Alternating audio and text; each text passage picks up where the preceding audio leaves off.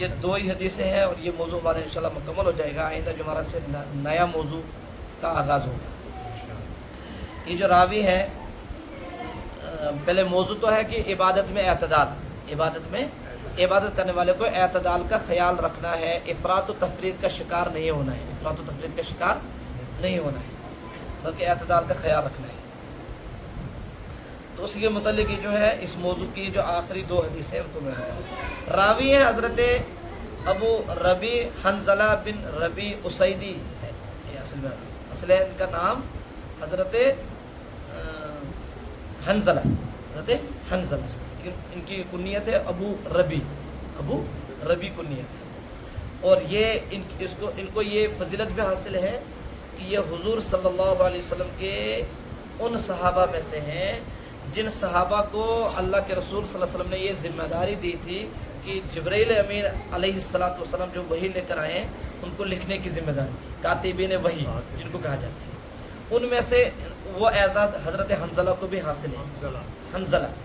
حنزلہ یہ کیا بولتے ہیں اس کو، کاتبین وحی میں سے بھی ہے، اور ان کو یہ اعزاز بھی حاصل ہے. یہ ان کو کہا گیا غسیل الملائکہ، جن کو ملائکہ نے کیا دیا، غسل دیا، ملائکہ نے کیا دیا. اور جن کے بارے میں کہا کہ ان کے جنازے میں فرشتے اتنے اترے تھے کہ حضور صلی اللہ علیہ وسلم ایڑی کے بل چل رہے تھے. ایسے پوچھا کہ آپ ایسے کیوں چل رہے ہو؟ کہا کہ جب پورا پیر رکھنے کی جگہ نہیں، سوچنے پر پورا پیر رکھنے کی جگہ کیوں؟ کیونکہ فرشتے حنزلہ کے جنازے پر اتنے اترے. تو ان کا یہ اعزاز بھی حاصل ہے. اور دوسرا اعزاز کہ کاتبین وحی میں سے نظر بہت بڑے صحابی ہیں. تو روایت کیا کرتے ہیں؟ روایت یہ بیان کرتے ہیں یہ کہ ایک مرتبہ ان کی ملاقات حضرت ابوبکر رضی اللہ تعالیٰ عنہ سے ہوئی. تو جب ملاقات ہوئی تو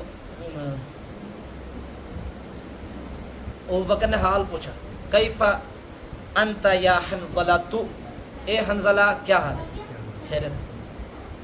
تو حنظلہ نے کہا قلت نافق حنظلہ، حنظلہ فرما رہے ہیں کہ میں نے کہا ابوبکر کیا حال بتاؤں، حنظلہ تو منافق ہو چکا ہے، حنظلہ تو منافق ہو چکا ہے. نافق حنظلہ، قال سبحان اللہ ما تقول، ابوبکر نے کہا رضی اللہ تعالیٰ عنہ، کہا کہ یہ کیا کہہ رہے ہو، تعجب ہوا، یہ کیا کہہ رہے ہو، سبحان اللہ، یہ کیا بات کہہ رہے ہو. حنظلہ اتنے بڑے صحابی اور یہ کہہ رہا ہے کہ نافق حنظلہ تو منافق ہو گیا. اچھا جی. پھر جو ہے ابوبکر کے پوچھنے پر کہا کہ یہ کیا بات بول رہے ہو، تو حنظلہ بیان کر رہے ہیں، قلت نکون عند رسول اللہ یذکرنا بالجنۃ والنار کأن رأی عین. اے ابوبکر میں یہ بات اس لیے کہہ رہا ہوں کہ جب میں رسول پاک صلی اللہ علیہ وسلم کی مجلس اقدس میں ہوتا ہوں اور نبی رحمت ہمارے سامنے جنت اور جہنم کا ذکر کر رہے ہوتے ہیں کأن رأی عین، اس وقت یہ کیفیت ہو جاتی ہے ہماری، گویا کہ جنت ہمارے سامنے ہے، جہنم ہمارے سامنے ہے، ہم اس کو دیکھ رہے ہیں اپنے آنکھوں سے. لہٰذا اس وقت ہمارا ایمان جو ہے نا بہت عروج پر ہوتا ہے، مضبوط ہوتا ہے. فَإِذَا خَرَجْنَا مِنْ عِنْدِ رَسُولِ اللَّهِ صلی اللہ علیہ وسلم، بس جب ہم نبی رحمت صلی اللہ علیہ وسلم کی مجلس سے باہر آ جاتے ہیں، عَافَصْنَا الْأَزْوَاجَ وَالْأَوْلَادَ وَالضَّيْعَاتِ، ہم مشغول ہو جاتے ہیں اپنی بیوی بچوں میں، وَالضَّيْعَاتِ اور جائیداد اور بزنس اور تجارت میں، دنیا کے مشغلے میں مشغول ہو جاتے ہیں. نسینا کثیرا، یہ سارا ہمیں بھول جاتا ہے، یہ سارا ہمیں وہ کیفیت ہی نہیں رہتی ہے. وہ بکر وہ کیفیت نہیں رہتی جو حضور کی مجلس میں ہے، ہمیں تو وہی کیفیت رہنی چاہیے. لہٰذا یہ تو وہی ہو گیا منافقوں والا عمل کہ حضور کے سامنے کچھ بڑے نیک اور حضور کی مجلس سے الگ ہو گئے تو بس اب بالکل دنیا میں مست ہو گئے. مجھے تو ڈر لگ رہا ہے کہ یہ کہیں منافقین میں سے تو نہیں ہم داخل ہو گئے، بلکہ مجھے لگ رہا ہے ہم منافقین میں شامل ہو گئے. یہ صحابہ کا ایمان تھا، اتنی فکر مند رہتے تھے ایمان کے مطابق. تھوڑا سا لگتا تھا کہ باہر ایمان میں کمی آ گئی ہے تو بس فکر مند ہو جاتے تھے. یہ تو ان کے ایمان کی مضبوطی کی علامت ہے. تو پھر جو ہے ابو بکر نے جب یہ جواب سنا، قال ابو بکر رضی اللہ عنہ، حضرت ابو بکر رضی اللہ عنہ نے فرمایا، فواللہ انا لنلقى مثل هذا، اے حنزلہ، ابو بکر بھی اس کیفیت میں مبتلا ہے، اس حالت میں ابو بکر کی بھی یہ حالت ہے، صرف آپ کی یہ نہیں ہے۔ تو ابو بکر بھی فکر مند ہو گیا، اب دونوں حضرت فکر مند ہو گیا، اب کیا بنے گا؟ یعنی وہ چاہتے تھے کہ ہمیں سیم حالت رہنی چاہیے، جو نبی کی مجلس میں تھی باہر بھی رہنی چاہیے، یہ کیوں نہیں رہ رہی ہے، اس کے متعلق فکر مند ہے۔ تو جب یہ بات ہے فانطلقت انا وابو بکر حتی دخلنا علی رسول اللہ صلی اللہ علیہ وسلم، بس ہم دونوں حضرات چلے اور یہاں تک کہ ہم حضور اکرم صلی اللہ علیہ وسلم کی مجلس اقدس میں پہنچے۔ فقلت نافق حنظلۃ یا رسول اللہ، بس چلاتے گئے، جیسے پہنچے تو چلانا شروع کیا، یا رسول اللہ حنظلہ تو منافق ہو گیا، حنظلہ تو منافق ہو گیا۔ فقال رسول اللہ صلی اللہ علیہ وسلم وما ذاک، حضور صلی اللہ علیہ وسلم فرمایا کس وجہ سے، کیا بات ہو، کیا بات پیش آئی کہ یہ اتنی بڑی بات کہہ رہے ہو آپ، کوئی گناہ ہو گیا؟ قلت یا رسول اللہ نکون عندک نذکرنا بالنار والجنت کأننا رأی العین، وہی بات بیان کی کہ جب ہم آپ کی مجلس میں ہوتے ہیں تو آپ جنت اور جہنم بیان کر رہے ہوتے ہیں تو ہمیں لگتا ہے کہ ہم اس کو اپنے آنکھوں سے دیکھ رہے ہیں۔ فَإِذَا خَرَجْنَا مِنْ عِنْدِكَ عَافَصْنَا الْأَزْوَاجَ وَالْأَوْلَادَ وَالضَّيْعَاتِ نَسِينَا كَثِيرًا، جب ہم نکل جاتے ہیں آپ کی مجلس سے تو اپنے بیوی بچوں اور دنیا کے مشغلوں میں مشغول ہو جاتے ہیں، یہ سب ہمیں بھول جاتا ہے۔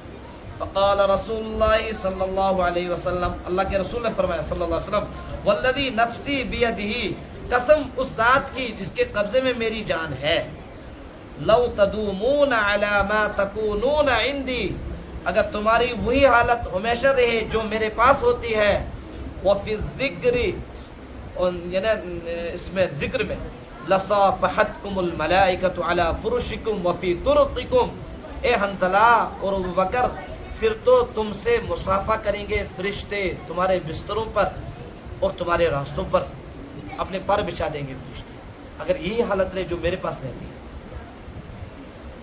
ولیکن یا حنظلۃ ساعۃ وساعۃ، لیکن اے حنظلہ وقت وقت کی بات ہے، وقت وقت کی، وہ جو میرے سامنے ہوتے ہو وہ الگ وقت ہے، اور جو اپنے بیوی بچوں اور باقی کاروبار میں مشغول ہو جاتے ہو وہ الگ وقت ہے۔ لہٰذا یعنی یہ کہنا ہے کہ مطلب ساعتن و ساعتن، محدثین فرماتے ہیں حضور نے تسلی دی، گھبرانے کی بات نہیں ہے، اس سے کوئی حرج نہیں ہے، تم منافق نہیں ہوئے ہو، لیکن آپ فکر مند ہیں، یہی بات بتاتے، اس بات کا تقاضا کرتے ہیں کہ آپ کا ایمان مضبوط ہے، کہ آپ دنیا کے مشغلے میں رہ کر بھی آپ کو آخرت کی فکر ہے، اپنے ایمان کی فکر ہے، لہٰذا یہ اس بات کی علامت کہ آپ کا ایمان مضبوط ہے، آپ کا ایمان کمزور نہیں ہے، آپ منافق نہیں ہے۔